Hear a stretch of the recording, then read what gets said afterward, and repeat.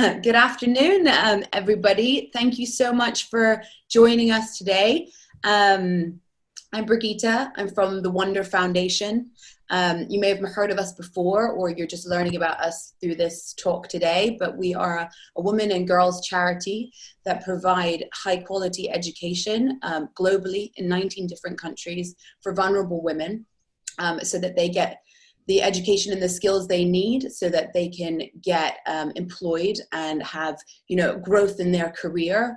So the result of that is we are breaking the chains of intergenerational poverty, as well as a really strong aspect of what we do is mentoring, where we like to look at each woman and girl and walk with them through whatever life challenges they are facing so that they can, really get a grasp of their education, because we all know a holistic approach to every individual's lifestyle and career is going to better them and help them be the best they can be. So I'm so delighted to introduce you guys today to two amazing speakers. We've got Fiona and Margitta from A Place to Heal. I was introduced to A Place to Heal last year. It's a wonderful service here in London where there's therapies and mentoring and a whole bunch of amazing services that Fiona and Margitta will tell you further about. And there was this kind of connection with, women needing a safe place to talk and to heal from trauma, as well as just, be the best that they can be. So we had a great chat last year. We had some women come and we talked about some amazing things which actually seem really relevant to now, this strange time that's happening where we're all, kind of forced into an uncomfortable situation and how we can make the best of it. So Margitta and I and Fiona have been talking about ritual and new codes of living that we are embarking on as a community. And we're looking at this opportunity of having a Zoom conversation with multiple people around the world as, bringing a collective conscious together to show love and support and to grow in this time, this really challenging time. So with great pleasure, I'd love to hand you over to Margitta and Fiona to introduce themselves and talk a little bit about what we're going to speak about today. Go ahead, guys. Okay, so shall I take it, Margitta? Yes, you go ahead. So Margitta and I are co-founders of a Place to Heal in London, and previous to that, I'm the founder of the Arrigo Programme, which has been very much about working with people's spiritual, mental, emotional, and cellular health, because we're looking at the more we evolve about how we become more complete human beings. And Brigitta, I really wanted to thank you for your lightness of being and your enthusiasm and the wonderful, wonderful depth of work that you do to support women and children globally. And I think this really feeds into the time that we're in now, which is where we are coming out, where we're uniting in a way that we have never united before globally on the planet Earth. Yesterday I do every Sunday a Sunday Sanctuary, which you can book through A Place to Heal. It's a 90-minute talk at 10 a.m. in the morning, and it's completely complimentary and open to everybody.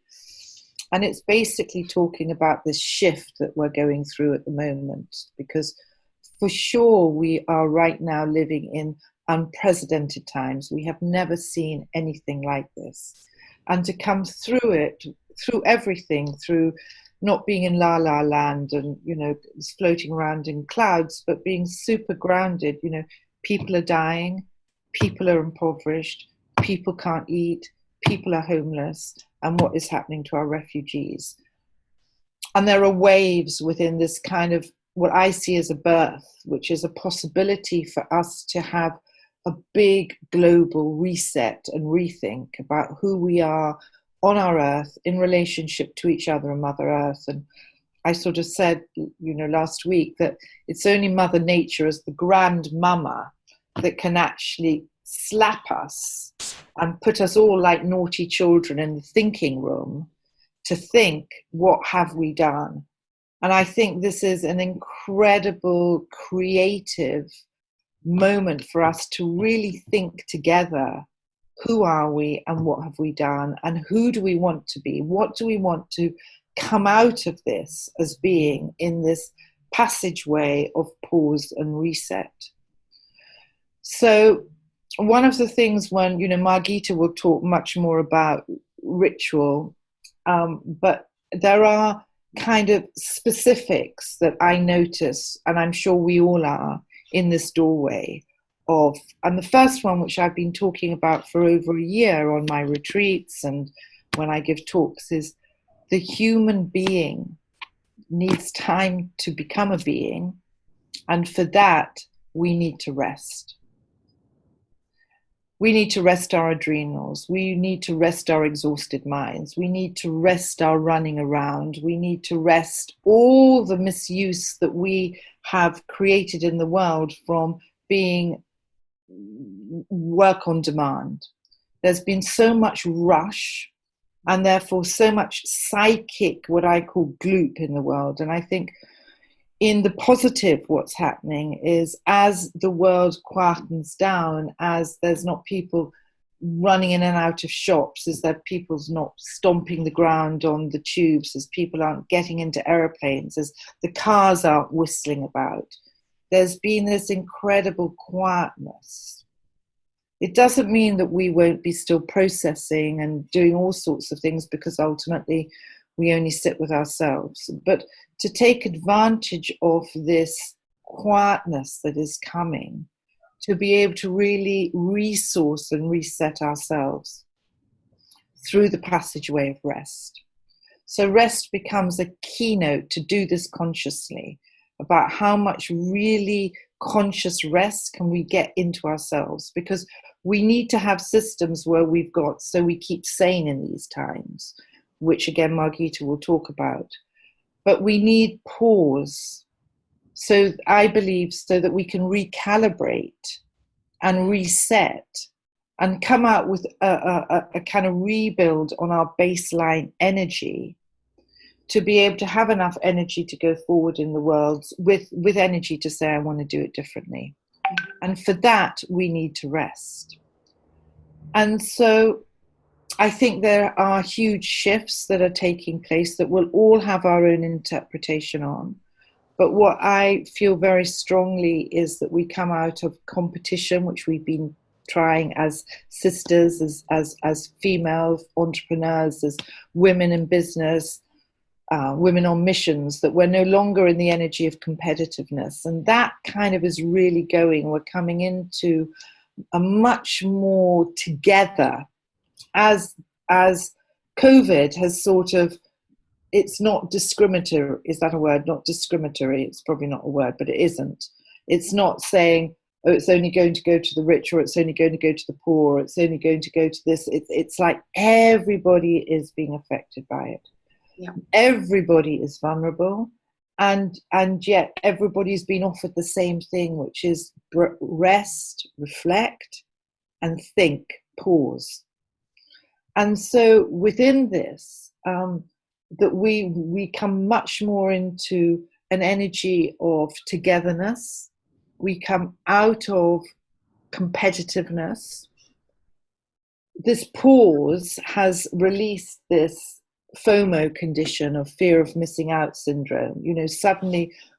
So that's what I mean, the actual energetic of what is happening, which is so huge, and I don't want to go into this now, but the energetic of what's behind this movement, behind the virus, behind the social economy, behind all these things, there's an energetic, and that energetic that's saying, that as the system stops competing and worrying about whether that person's thinner or got more money or had a nice holiday or whatever, that all this world of social media has sort of endorsed, that somehow there's a rest from that fear of not missing out syndrome, as well as that body is resting. So I think it's an incredible time for us, particularly as women, because women are the birthers. We have always been the birthers. We have always been the community holders. We have always been the gatherers of water. We have always been the feeders of families. You know, there's something intrinsic that is written into our own ancientness and who we are as evolutionary women. We need those qualities of how we have birthed and held community and been part of, to really rise up now as well in awareness and consciousness. And I think we need to turn our attention in and be very, very careful of what we cultivate in our lives. You know, what are we watching on television or not, hopefully? What kind of conversations are we having? You know, women now are having more and more fearless conversations, more courageous conversations.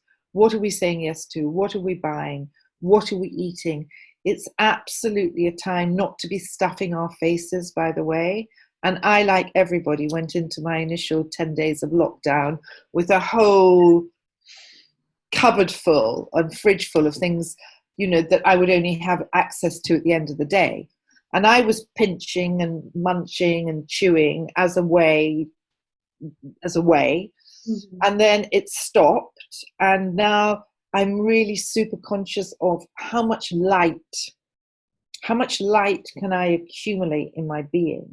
Mm-hmm. How much light in food, in choice, in conversation? What am I filling my own and this is kind of like taking personal accountability, because even though we may not be out, our thoughts affect the world grid. And so taking responsibility for what we feel, what we do, what we think, what we eat, how we pray, how we love, how we take care of each other, how we think of others rather than just this is going to be good for me.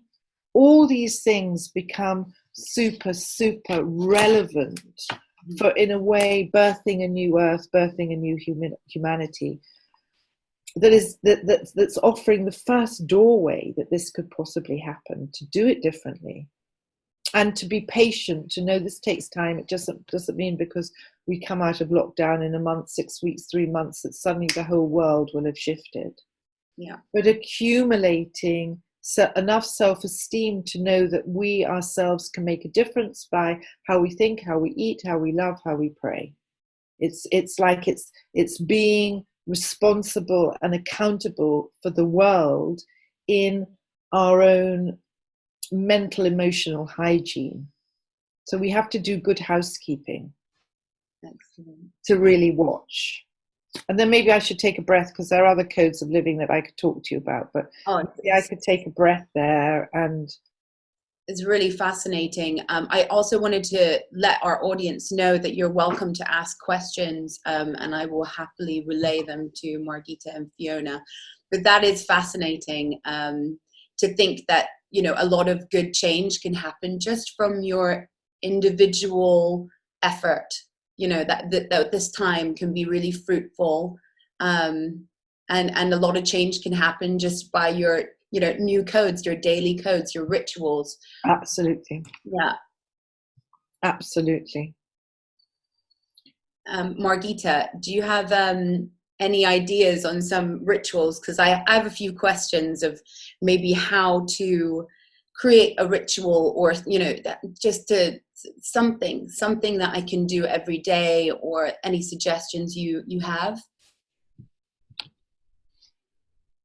Sorry, was that directed at me? Yes. Yeah. My Zoom just cut out. I was kicked out briefly, so I missed that. You were asking about ritual, is that right? Any daily rituals that you've come across that you have found helpful, or. So I think, you know, what's really interesting is to see how these times of change are really bringing a lot of positive activism out in people that I speak to, and I think there's so much purpose to be found in this crisis, and I think in terms of ritual and routine, there are the practicalities, and, you know, those absolutely involve, especially if you're in your home most of the time, still making the effort. We are allowed to go out once a day to exercise, and especially now where the weather is as beautiful as it is, make that a long walk or a cycle. And if you have family and children, bring them along, make it something that you're actually, that is a beautiful part of your day, rather than some sort of a necessity or something like, oh, I guess I have to go out. Really cherish that. And really, now that we're all of a sudden on lockdown, the privilege to have that freedom to still be able to go out and to be able to go out in a place that's safe. By all means, obviously less safe in terms of catching the virus, but safe in terms of the, living in the UK or in most in Western countries. We are able to go out in the street, and we are able to just, enjoy, go into a park or walk down along a river. And I think that's a really important part, and shouldn't be, or really, really integrate that every single day, and not, every couple of days. Because what can happen is, if you're kind of inside for long periods of time, it really does bring down kind of your energy levels, especially if you're not used to it. And most of us are so used to, even just the morning routine of walking to the tube, getting on the tube, getting off the tube, grabbing your coffee, the things that a lot of us probably also loathed, are now that there's a sense of withdrawal. And behavioral science says that, after 21 days, your behaviors change.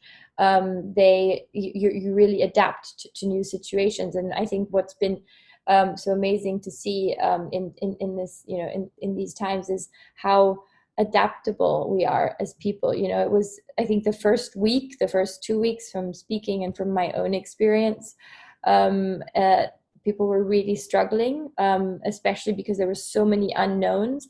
But I think now that we're kind of getting into this kind of more of a flow state of, okay, I'm going to be home. I'm going to be home for probably a little bit longer. We can't really, and none of us know how long, but it's really a good idea to use this time, to harness the power of positive change, to wake up in the mornings and do a 30-minute meditation. We on Place to Heal does morning meditations every morning, 8:30 for half an hour. I join them myself every morning, because it's just a really beautiful practice to start with something that takes you out of this kind of, out of your usual space. And it's almost like you're going on a little a little journey within yourself and out of your home, through that meditation.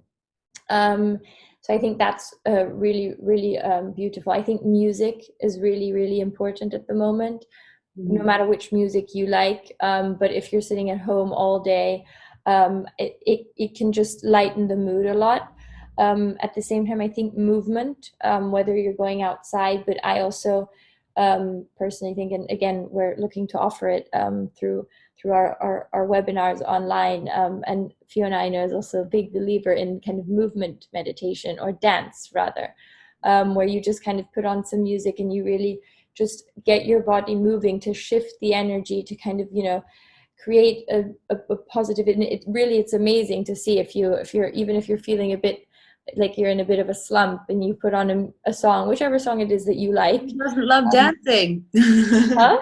Who doesn't love to dance? Exactly. And just dance by yourself. And if you're living with others, either close the bedroom door and dance by yourself, or get them on board and have a mini dance party. And it doesn't, it's not a big commitment. It's not a, oh, I don't have the half hour. It's 5 minutes, 10 minutes, one song, just to get things moving. And I think it's incredible to see how, again, Fiona's did a Sunday Sanctuary on Sunday. At the very end, it was maybe 2-3 minutes of, dancing. I think there were 70 people online, and everyone just kind of got up and started dancing. And after that, there were just smiles on everyone's faces. It's really beautiful. That's great. Yeah, so hopefully we're gonna start doing that daily dance as well on a Place to Heal. I'm signing up for that. Please, yes, yeah, do. Yeah, we'll keep you updated. Yay. So it's kind of all of these things that, maybe also previously didn't think of doing them alone would be fun or would make sense, or maybe they would feel uncomfortable. I think it's just getting used to the fact that a lot of the things that you used to do outside, you can actually bring to your home in, slightly different ways. But, do your meditation at home, do your yoga practice at home, do your, your dancing if you like to go dancing. So that's kind of what I would say toward routine. And then I think also what's really, really important at the moment is a part of rituals is, like I said, purpose. And I think it's quite difficult for a lot of people who may,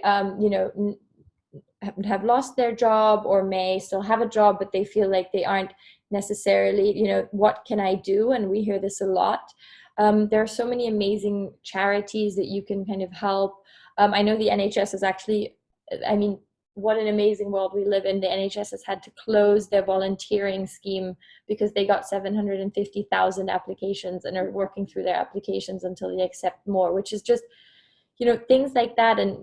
But there's so much you can do, whether it's online or whether it's actually just, calling a loved one and creating that meaningful connection and being there for them, or whether it's offering a neighbor, who may be in a high risk group, or may have, a big family and a lot of things to, other things to deal with, whether you can go and do their shopping, or whether there's, get their medication. And there's a lot of things that can be done that are very, very safe, but that are, would really give a meaning, make this a very meaningful time.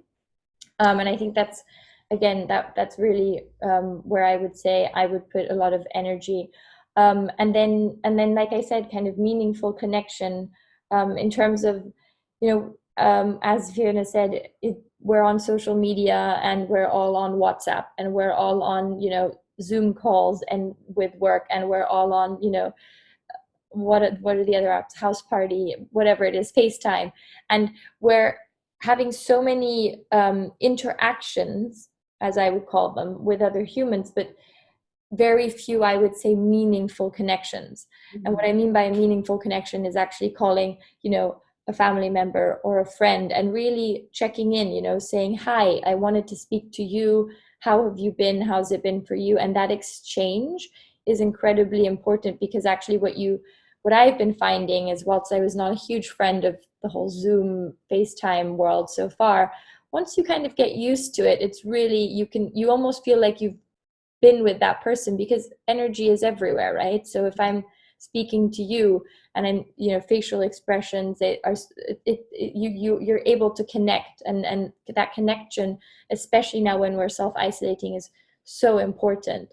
And for those with families that are living with others, or maybe flatmates, I think it's also really important to create meaningful connection with them, because equally, it's so easy to just like live alongside each other, right? And basically you just get annoyed, and if you're like, oh my god, if I hear him chewing one more almond, I'm gonna just like but it's like it's also about being very aware of how you interact with those that you live with, and making it, let's sit down together at the table and have dinner at 7:00, or let's cook together, even as a family, get the children involved.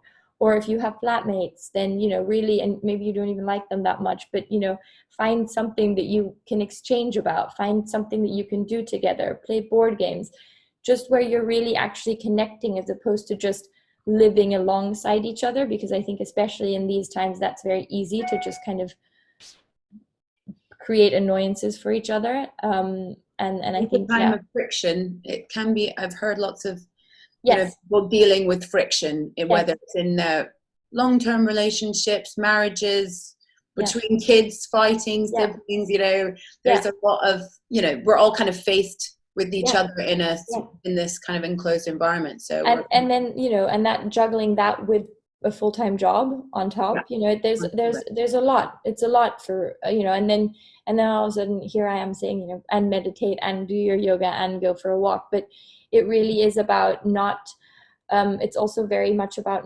that kind of that busy mentality that we all have, I'm too busy to this, I'm too busy to that. Really being conscious of what you're spending your time on, and really have intention on how you spend your day and who you spend your day with. Exactly. Margitta, we've got two questions. So, and I'm going to ask this one first, the second one first, because it's kind of along the lines. It says, it's difficult to find meaning in these times. How would you suggest we face the anxiety of seeing your life upside down and being faced with your own demons at home? When you are out and distracted with business of everyday life, you hardly think about yourself or what life means. So, Fiona, this is kind of reflective, isn't it? This is this reflective time that you were talking about. I mean, I think that this is this question needs a lot of compassion, because there's a lot of people that have been birthed through the energy of distraction, and so in order to to stay alive, it's been one event after the other. And if there is a growing, which we know through the stats, a growing condition of anxiety and depression and mental health. I'm not saying this question is saying that, but we know that this is very rife in our world, particularly in our younger generations, and getting more and more and more. It's like it's not. This isn't a solution answer question. It's more like an invitation to somehow notice and develop self-compassion and self-kindness, kindness to the self, of noticing the anxiety, noticing the exhaustion that has come up, noticing the impulse to go out and distract, and then the loss. Because I do think I spoke about this, I think 2 weeks ago, is I think within all this, within all the creativity, there's definitely grief. There's definitely aloneness. There's definitely loneliness. And there's more of a state of, one, noticing it, two, not avoiding it, but three, setting your life up in the day, like Margitta has said. I mean, one of the first steps of building resilience when we're sitting alone is to define your own central needs and get very clear on those on a daily basis, and routine that into a structure. We need routine. Ritual is also, the more mundane world is routine. And so we need to have the self-discipline to also build a routine for ourselves, so the mind is occupied and it almost can be reevaluated daily. So number one is, look at your central needs. Look at the food you're going to eat as a ritual. Look at the work you're going to do in the day as a ritual. Look at how you're going to take care of your physical health. What vitamins do you need? All the things that Margitta's been talking about. You need to create on a daily basis and almost keep a timesheet of how you are taking care of your needs, but also how your needs keep you moving. And in a way, each day you're rising to a challenge of whatever it may be. How can I spend 10 minutes of dancing, or what can I do in this moment to call a friend, or what can I do? It's all these wonderful things that Margitta has spoken about, because we need that structure in our life as the boundaries have been blasted open, where nobody knows where they are, and it's a time for a deeper central practice, for sure. What I just loved that I picked up on was my central needs. So really looking at what you need day to day, because it seems to be like an unconscious kind of, I've got to go to work, I've got to do this. We have all these kind of set things, but now we're really just, what do I need to do today? What's good for my mental health? What's good for, what do I need to face? Because I think one of the biggest challenges for meditation for me is that, things come up and it's not comfortable. And now incorporating into my daily life, it's like, I know it's good for me, so I'm going to have to do it. It's kind of like in Mother Nature's waiting room, or Mother Nature's naughty room, we're being invited into this deepest level of self-care and reorientating, which is also part of this new age, new paradigm. As we get well, then it's time to look at, you know, what are the needs of others around your central needs. It's really this law of cultivating, conserving energy, conserving your mental, emotional, physical energy, and building resilience with having a structure within. And then when you feel that solid or strong in a day, and don't think about tomorrow, don't even think about the afternoon, think about how you're coping right now. And if you feel you've got a resilience or you need something, then it is, you know, call a friend or have a hot bath or whatever it is, whatever's in your ritual. I also wanted to just add to that. I think that it's very normal to not know in these times, to be in the unknown, to be in kind of a little bit of a, you know, limbo where you just don't really know what to do with yourself, what to do in your day, how to understand the thoughts, the feelings that you're having. And I think, you know, along with that, it's also it's okay to ask for support. It's very, very normal. You know, I mean, even in mainstream media, and I know that we're speaking to women in finance. So I read on Bloomberg a couple of days ago, they did an article about adjustment disorder.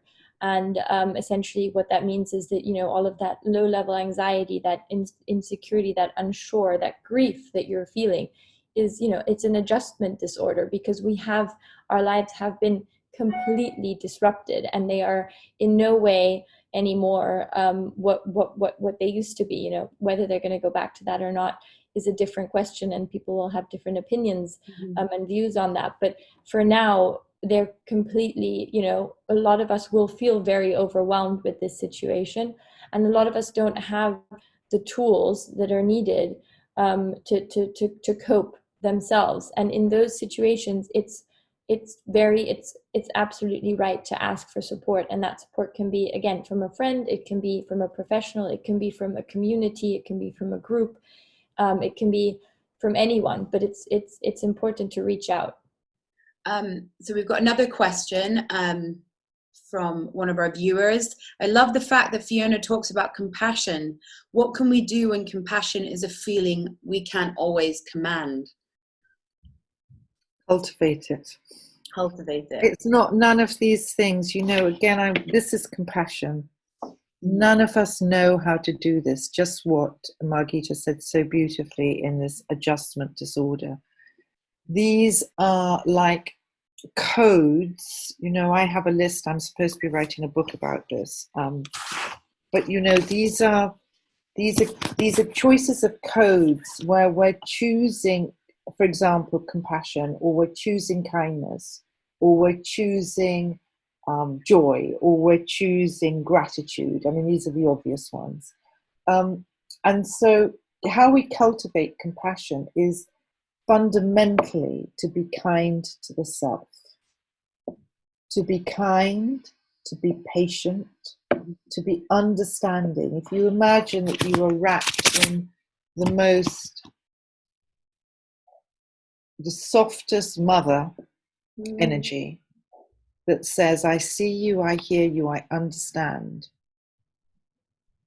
It's time. Compassion has many different aspects, but one of them is in full understanding, to nurture and give yourself the time to get it wrong, to nurture and give yourself the time not to know how to do it, to nurture and give yourself the time to go, hello, you know, hello shoulder, hello nose, hello, just to kind of become, you know, the Indigenous people are also known as intact people. And when, you know, I did talks on evolutionary woman, it's we are learning slowly to become more intact. So to become intact is compassion, it's not to judge yourself, it's not to criticize yourself, it's to allow yourself. That's beautiful. There's nothing like being kind to yourself.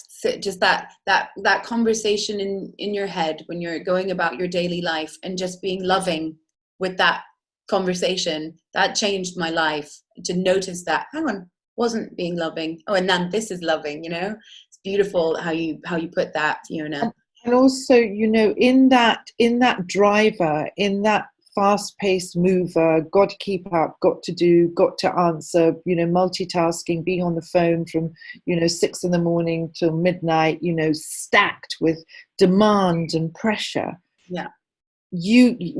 What's dismantling, and it's uncomfortable because it's a withdrawal from a planetary addiction, that we will start to feel who we are buried underneath all that, which could be lazy, it could be exhausted, it could be angry, it could be disappointed, it could be abandoned. Lots. And also I want to say, for compassion, as we're in this moment of reset, it's also, lots of things will be coming up, things you said or things that were said to you, old hurts, old dreams, old this, old that, old disappointments. And that's again when you need, okay, here I am in the fire. Yeah. And how can I it's like, there's a Buddhist understanding, which is everything is welcome. All parts of you. It's like if you look at your psyche, has got so much neglect and emotional orphans inside you. And our job right now to be better human beings is to welcome those emotional orphans of ourselves back in and go, I see you, I love you. And I always suggest doing the great Hawaiian prayer, which goes, I am sorry, please forgive me, I love you, thank you. And this prayer has been researched it's been done into prisons, it's been done into psychiatric homes, and it's the most amazing neutralizer. I am sorry to me, myself, the exhausted one, the anxious one, the upset one, the one that doesn't know, the one that's frightened, the one that's scared, the one that's life is ending, the one that's worried about money. All this is going to be present because this is where we are in ourselves and in the world. So as we practice that to ourselves, I'm so sorry. Please forgive me. I love you and thank you. I'm so sorry for the one that was pounding on the tube or rushing to Heathrow or taking an extra 4 glasses of wine because you were so exhausted and you couldn't get home to hold a conversation. All those deep apologies back to the self. And then all those same sentences, I love you, please forgive me, I'm sorry, thank you, to anybody that you've upset or hurt, without being guilty, without self-judgment, without beating yourselves up. We've all made grand error. We've all done it. And then that into the world. That to the virus, that to the trees that we've torn down, that to the waters that we've disturbed, that to the children that we've let starve and be abused, and you send it everywhere. That's such a beautiful, beautiful 8 times, 20 times, 30 times a day practice for us. Beautiful. To evolve as women into women of care. We want to evolve into global midwives, women of care. Oh, that's so beautiful. That's so gorgeous. Okay, so on that note, talking about women of care, these are women who are working in companies. We've got a question from them. How do you think that companies are going to change or should change after this situation ends? Or do you think people and companies will forget life and go back to business as usual? Shall I say something quickly, and then I'd love to send that to you, Margitta? Go ahead. But I would like to say, just ask me that question again. So how do you think companies are going to change or should change after this situation ends? Or do you think people and companies will forget and life will go back to being business as usual? Yeah, I think both. And I think the job of us, as we come into this has been written about through the ages this time, by the way. And as we come into this global the group, the whole global awareness saying we want to do it differently. The first step in that is, how do you do it differently in your own housekeeping, in your own hygiene, in your own mind? And it is the world of, we've seen this in so many amazing women's movements in the last 5 years, all of them coming up to as social activists and wanting change and saying no more. But I think as we get really solid in our own understanding of where we're going to put our energy, what we're going to spend our money on, what we're going to tell our children about, how we're going to treat our friends, etc., etc., etc., it is the work. This is the age of the individual affecting the whole. And so if you get women in business, women in prominent places, women in non-prominent places, women that are women, and we're not neglecting the men, but women saying no, really deep internal examination, that will also, when you're called into the office or a board meeting or something, you will, as a social activist, you will be, as an inner activist, saying, I don't agree with that anymore. And it's our job as midwives and custodians of a new earth to hold that, because it's human nature to forget. There's going to be a billion people coming out saying they want to get to the fish and chip shop and go shopping and find a girlfriend or find a boyfriend and have a cocktail and go to the bar, because it's how we've been programmed to find joy and social connection. And I think we will forget. So this is why this moment of us really taking stock, really asking that question every day: who do I want to be in the world going forward, and what do I want to see in the world going forward? And making that like huge, making that your banner, because it is about you, it is about us. It's not giving our power away, which is just evolution. It's not like it was bad, it's just it can't go through anymore. We have to co-create a different world together. Margitta. Yeah, I would echo that. I think, we're still in a lot of uncertainty at the moment. So I think whether things will go back to business as usual or not depends on many different factors. One of them being, how severe is this virus going to continue to be? How many lives are we going to lose? How many lives are going to be affected? Because quite frankly, if job losses and deaths of immediate family members and loved ones, and life just doesn't go back to normal after significant life events such as those. For personally, for companies, I think again it very much depends on how they see this development and this change working. There is, of course, if you read, there are the arguments that maybe companies will realize that working remotely works just as well as working in an office. They might start making those changes. They might realize we don't have to jet our executives around the world anymore to have board meetings. Actually, they work via Zoom. There might be very, very practical changes to the way we work and the way companies, approach their employees. They might, it could shift also in two ways. They might realize, in terms of budget cutting, we don't need, 3 happiness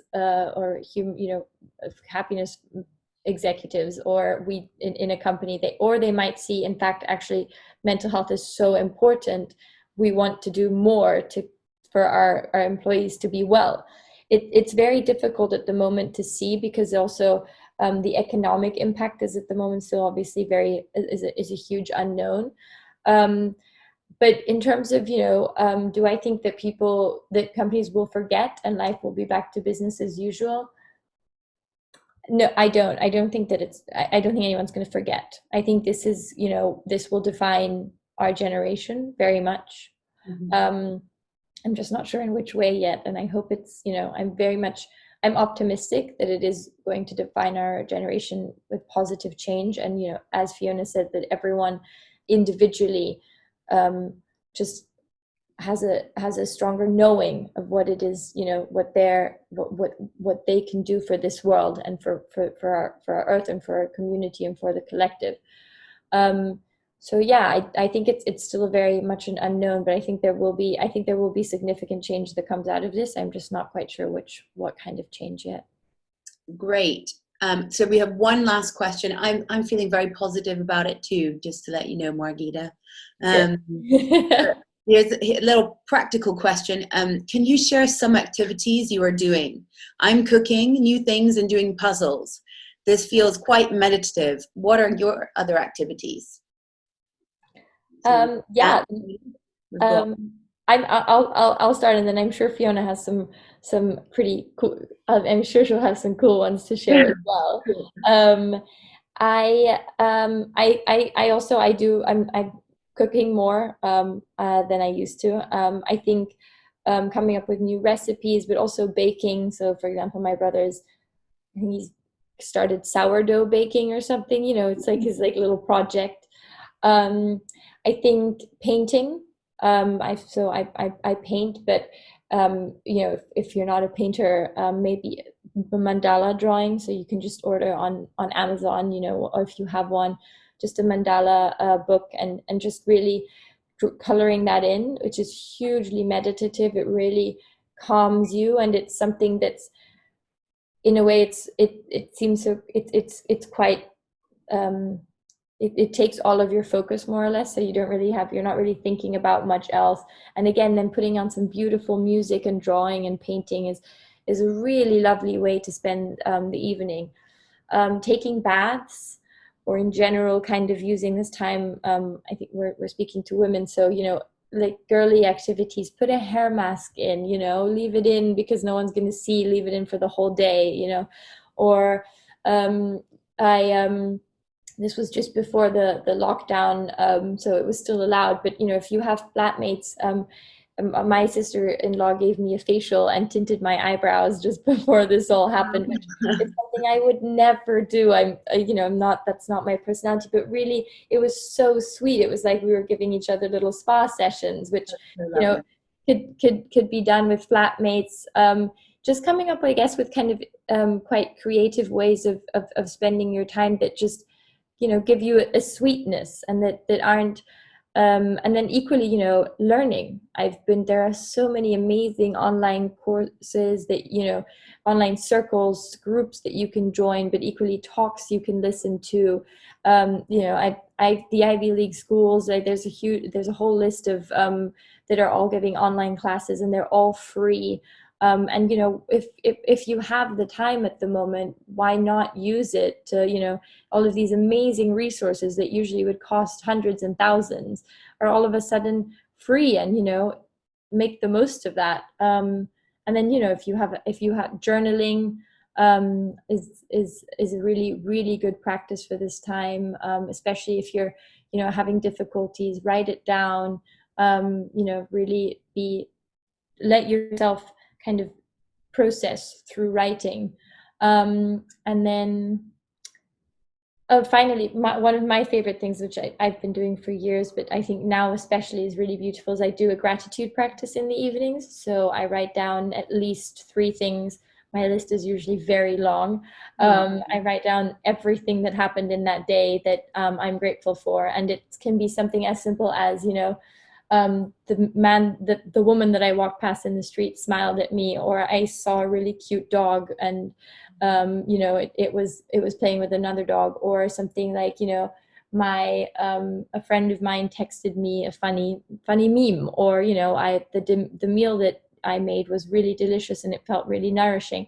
Really, all of these small things that we don't pay much attention to, really starting a practice of actually really gratitude toward all of the amazing moments that we still do have during the day.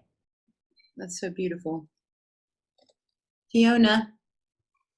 I mean, I don't have anything to say after what Margitta said. I mean, I agree with everything. I love the mandalas. We do them on our retreats, and they take women into the most beautiful space. And I think it's just the nourishment of time as well, the appreciation. Like today, I thought I was going to start a project of all my old photographs and putting them into albums. And it was like each photograph I looked at, brought tears or smiles or happiness. And I'm definitely listening to much more music because I've got time. And then, myself, I'm like, I love to dissolve. So I'm the master of the mistress of twaddle. I call that a whole new movement for women to be aimless, just not necessarily to do something, but to dissolve into just picking up a cup or being in their dressing gown or looking at a flower or looking at the ceiling or creating spaciousness in your vehicle. And I have renamed that twaddle rather than mindfulness, to allow yourself to twaddle. Because, women's brains, and as a species, we really love to be more... which brain is it that's the dissolved, the non-action, the left brain? The left brain. We love to be more left brain. So this is an opportunity to find space between the activity, which is also an activity not being an activity. It's like a Zen koan, it's an upside down. It's to find space, really to invite you to twaddle and cultivate spaciousness, the luxury of time, to really have a bath, to really listen to music, to really, really even get that you're chopping a carrot to go into a soup. So my offering is to luxuriate as a creative offering. Oh, that's beautiful. Savor it all, right? Savor it. And it leads to this quality of the soul, which is, tenderness, to tend to the self. Yeah, and that savoring and that enjoying the pleasure of life and the pleasure in the little things, that seems like a very natural feminine thing to do. Absolutely. And it gives birth as well. It's like before when I talked about emotional orphans, it's like when you notice that slowing down, luxuriating, parts of you start to smile because they're noticed. No. So lovely. Oh. That's so lovely. Well, thank you so much, Fiona. Thank you so much, Margitta, for this amazing session. I'm so grateful that you joined us today. It's amazing. So I'm going to put up next a slide with our QR code where you can donate to us. You just get your phone and you open it up and it should just take you straight to our donation page so you can learn a little bit more about the Wonder Foundation. Generously, Fiona and Margitta have offered to raffle off a consultation. And if you look up on their website, you can see how incredible their offerings are. And, this is an opportunity for you to donate and you'll be entered into a raffle. And we're going to pick some lucky winner who gets to have a consultation with Fiona and Margitta and discuss what would be, what would be best for them. Which I just feel is an amazing gift. Thank you so much to both of you for that. Can I just also say, just for, in terms of the work that has been done by Margitta to link, there are a lot of free offerings on A Place to Heal. She said meditations, evening events, talks on natural herbalisms, the things that, all sorts of interesting things that you can and there, we really look at what we offer so that it's got a lot of endorsement. And of course there's sessions with me and all the other coaches and everything. It's all on offer there. But the free sessions are, there's a lot of really wonderful events that are there to nurture you and support you. And my Sunday Sanctuary, please come. Yeah, Sunday Sanctuary. Please come. Oh, I'm definitely going to be turning up this Sunday. Another thing, ladies and gentlemen, who's ever signed up, there's a survey happening after where there's an opportunity where you can write suggestions of what you'd like to hear us talk about. And I'm hoping that we can have more sessions like this in the future. And we can just get this conversation going, and we can help inform you of what you want to hear and find the experts that can really support you during this time. But yeah, that's it for now. Thank you, Fiona. Thank you, Margitta. Thank you, Wonder Foundation. Sending you loads of love, and to all our viewers today, we just send you tons of love too. Thank you to anyone who is listening. Yeah, love you. Thank you. Thank you so much. All right.